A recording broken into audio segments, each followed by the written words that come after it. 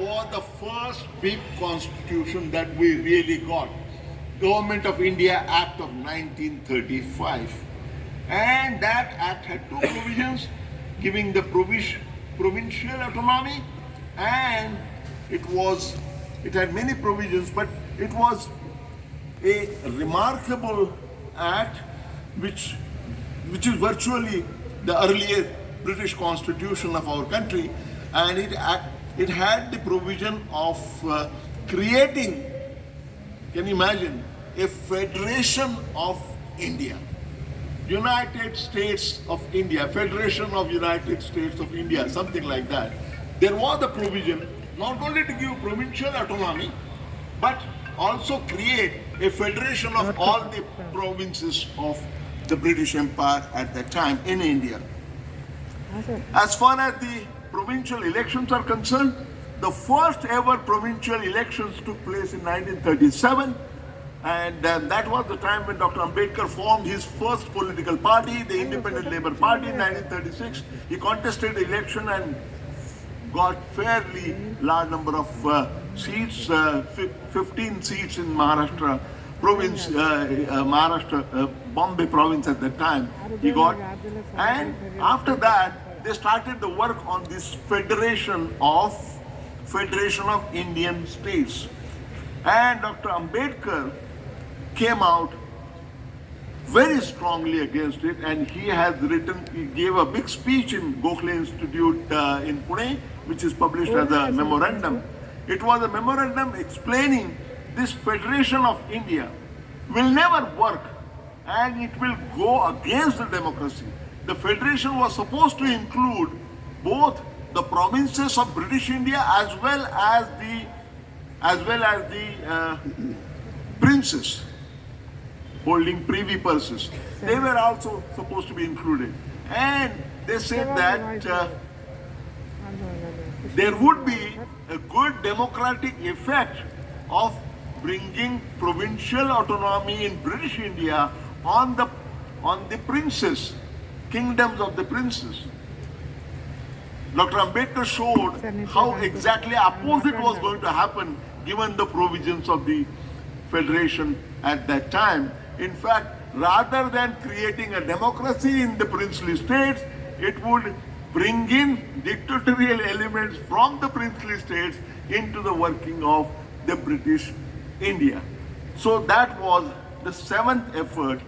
The eighth effort that was made for constitution making was Cripps Mission in 1942.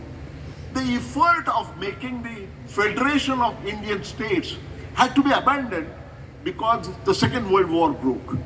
Second World War broke in 1939, and that is when all the efforts about creation, provincial autonomy was given, but the attempt, all the provincial governments resigned en masse, so that came to standstill, and the proposal about Federation of United States of India also was lost.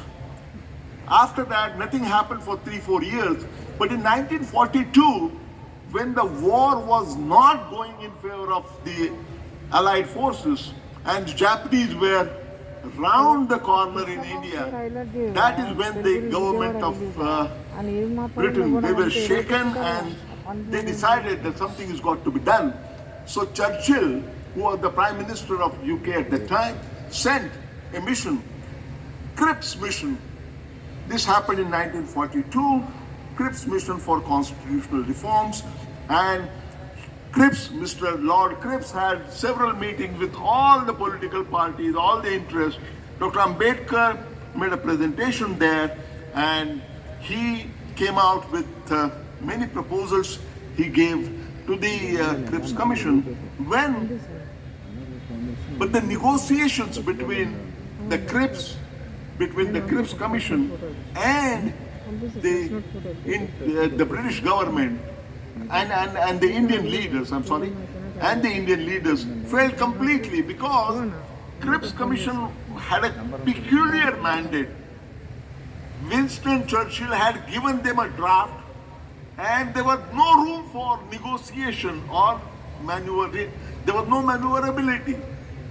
The basic stance of the Cripps Commission was take it or leave it. Chahiye to le lo, nahi to chhod do. And that is what happened. The whole report was kind of abandoned. Dr. Ambedkar made a presentation before the Cripps Commission. He was very unhappy about the way the report was written, and extensive criticism was made by Dr. Ambedkar because he said that there are no communal quotas, and in fact Dr. Ambedkar said something very interesting. He said that just 1 year ago the British government had said that they would not grant Constituent Assembly. Demand for Constituent Assembly was there, but they had refused. British government had refused. But 1 year later, they said, okay, we will go ahead with the Constituent Assembly. 1 year ago, Dr. Ambedkar said, British government had said that they will not allow Pakistan because that is going to balkanize, that will be balkanization of India. 1 year later, they accepted that too. And here, Dr. Ambedkar points out that the British were so scared of defeat in the Second World War at that time that they were offering more than what was demanded. For example, Muslim League had never demanded separate Pakistan until that stage. Until that stage, what Muslim League had asked was this: at the next revision of the constitution, the Muslims should not be prevented from raising the question of Pakistan.